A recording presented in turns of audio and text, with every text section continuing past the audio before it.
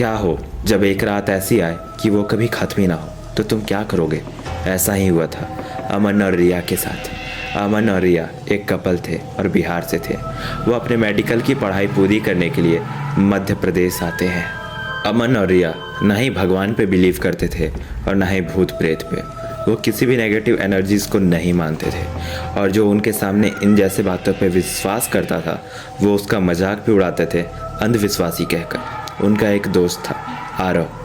आरव हमेशा काला जादू और ऐसी किताबों को पढ़ते रहता था जिसके कारण उसे काफ़ी डर लगा रहता था। वो आत्माओं को बहुत बारीकी से जानना चाहता था। उसका एक अलग इंटरेस्ट था, लेकिन अमन और रिया को ये बात अच्छी नहीं लगती थी। इसलिए अमन और रिया आरव का बहुत मजाक उड़ाया करते थे कि वो इन जैसे किताबों पे बिलीव करता है आज भी, आज के जनरेशन में। आरव को ये बात काफ़ी खलती थी और अमन और रिया इसी कारण उसके दुश्मन बन चुके थे।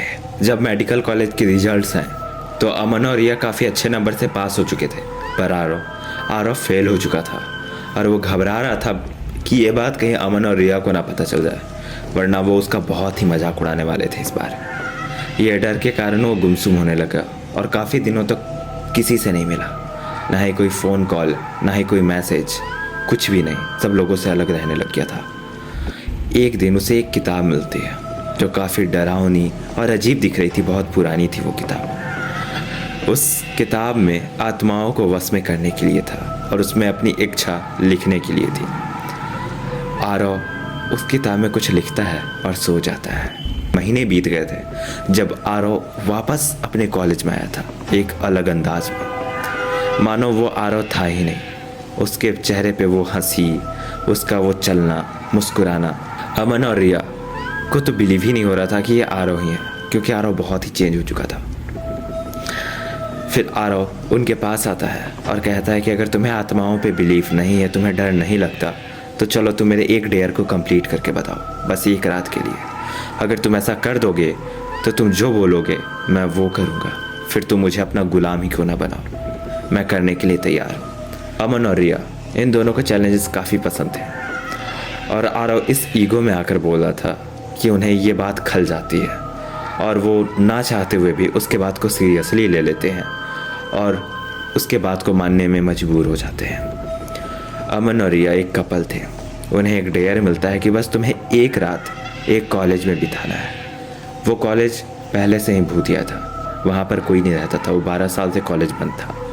वहाँ पर एक 12 साल की बच्ची का रेप होता है उसके मास्टर के द्वारा। उसके बाद उसे गला घोंटकर वहीं पर मार दिया जाता है। उन टीचर्स को तो पुलिस पकड़ कर ले जाती है, पर उनके ग्रामीणों को कहना था कि उस दिन के बाद से उस कॉलेज से अजीब अजीब आवाज़ें आया करती थी, मानो कोई चीख रहा हो, चिल्ला रहा हो और कोई तड़प रहा हो, जैसे उनसे उम्मीद कर रहा हो कि आओ मुझे बचा लो। ये कॉलेज काफ़ी साल से बंद पड़ा हुआ था। अमन और रिया हिम्मत करके उस कॉलेज पे चले जाते हैं। उस वक्त बस शाम के 6 बज रहे थे, लेकिन मानो वक्त ऐसा हो चुका था जैसे कि रात के 1 या 2 बज रहे हो। अमन और रिया बहुत हिम्मत करके अंदर जाते हैं। अंदर जाते ही अजीब सा एक सन्नाटा, खालीपन और वीराना, जैसे अगल बगल उनके सिवा और कोई है ही नहीं। सब कोई जैसे उन्हें छोड़कर जा चुके हैं। वो मंजर काफ़ी दर्दनाक और डरावना था, क्योंकि वहाँ पर उनके सिवा भी कोई और था जो उनका बहुत ही बेसब्री से इंतज़ार कर रहा था। कुछ वक्त होता है, रिया अपने बैग से लाइटर निकालने की कोशिश करती है और जैसे ही वो अंधेरे में हाथ लगाकर लाइटर खोजती है, बाहर निकाल के जलाती है, उसे एक बच्चे का पैर दिखता है, जैसे कोई बच्ची उनके सामने खड़ी हो। जैसे ही वो दोनों ऊपर देखते हैं, ऊपर कोई नहीं था और वो पैर भी गायब हो चुका था। रिया डर गई, अमन भी डर गया, लेकिन उन्होंने सोचा कि ये मन का वहम है। ऐसा हमने सुन रखा है इस कॉलेज के बारे में कहानियाँ, इसलिए हम डर चुके हैं। ये सोचकर उन्होंने इस बात को इग्नोर किया। काफ़ी रात बीत जाती है। अचानक किसी के चीखने चिल्लाने की आवाज़ आने लगती है। अमन और रिया नींद से उठते हैं और देखते हैं कि जैसे उनके सामने कोई सामने से पार होता है। अमन और रिया काफ़ी घबरा गए और उसके सामने गए। उनके सामने एक दरवाज़ा था। उस दरवाजे से किसी के ठक ठक ठक दस्तक देने की आवाज़ आ रही थी। उन्होंने हिम्मत करके दरवाज़ा खोला। दरवाज़ा के पास कोई नहीं था।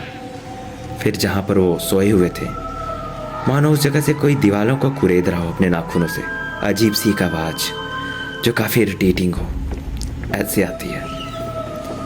अमन और रिया बहुत हिम्मत करके पीछे देखते हैं और अपने लाइटर से देखते हुए उसके नज़दीक है।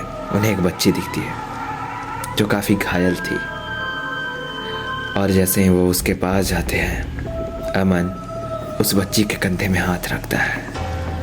उसका चेहरा बहुत ही जला हुआ डरावना था और अचानक वो बच्ची मुड़ जाती है। उसका बॉडी उसी डायरेक्शन पे था पर सर अमन की डायरेक्शन पे, जैसे मानो कोई वो इंसान था ही नहीं। ये देखने के बाद अमन के पैर तले तो ज़मीन खिसक गई थी। अमन बहुत हिम्मत करके वहाँ से भाग जाता है। वो दूसरे कमरे में जाते हैं। खामोशी में एक फ़ोन आता है। ये आरव के पापा का था। वो बताना भूल चुके थे कि आरव की मौत हो चुकी है, वो भी 2 महीने पहले। कहते हैं ना, जब आत्मा कुछ देती है तो बदले में कुछ लेती भी है। बस यही समझो। ये बात सुनते ही अमन के पैर तले मानो कि पूरी दुनिया ही ख़त्म हो गई थी, क्योंकि आज सुबह ही अमन उनसे मिला था और आज ये पता चलता है कि आरव इस दुनिया में नहीं रहा। ये जैसे ही अमन सुनता है, मानो उसका सर फट चुका हो। वो सोचने समझने अपनी सारी शक्ति खो देता है। अमन और रिया डर से कांप रहे थे, मानो जैसे उन्होंने अब मौत देख लिया हो। उनके सामने कोई चलने की आवाज़, जैसे उनके दरवाजे के नज़दीक कोई आ रहा हो। ठक ठक ठक, और दरवाजे में अमन की आवाज़ से कोई दस्तक देता है। मुझे बचा लो, मुझे ये बच्ची मार देगी, मुझे बचा लो, मैं तुम्हारे हाथ जोड़ता हूँ रिया, मुझे बचा लो। जो तुम्हारे साथ अंदर है वो मैं नहीं हूँ, रिया मुझे बचा लो। रिया घबरा जाती है और एक दफ़ा सिर्फ अमन को देखती है। अमन वहाँ पे सच में नहीं था। दरवाज़ा लॉक हो चुका था। अमन इतने दर्दनाक मौत मरा हुआ था बाहर, जैसे जिसकी तो हम कल्पना भी नहीं कर सकते। रिया ये देखने के बाद काफ़ी डर चुकी थी, डर के सहम चुकी थी और वो बेहोश हो चुकी थी। उसके साथ क्या हुआ कोई नहीं जानता, पर अमन और रिया अगले ही सुबह उनकी लाश मिलती है और उनकी आत्मा एक शीशे में कैद है आज भी। वो शीशा कहाँ है पता नहीं, कहाँ गए वो लोग किसी को पता नहीं, पर आज भी वहाँ के ग्रामीणों को कहना है कि उनकी चीखें उस कॉलेज से आज भी सुनाई देती है। उसके नज़दीक अगर कोई भी पूजा पाठ होता है तो उस पूजा पाठ को अशुद्ध माना जाता है। वहाँ पूजा पाठ करना भी अलाउ नहीं है। वो जगह काफ़ी श्रापित है, पर स्थानीयों की मदद से वह जगह अभी काफ़ी शांत है, पर अभी भी वहाँ के लोग वहाँ पे जाने से घबराते हैं। बाकी एक सच्ची घटना है और इस कहानी को गोपनीय रखने के लिए हमने जगह और कैरेक्टर के नाम बदले हैं।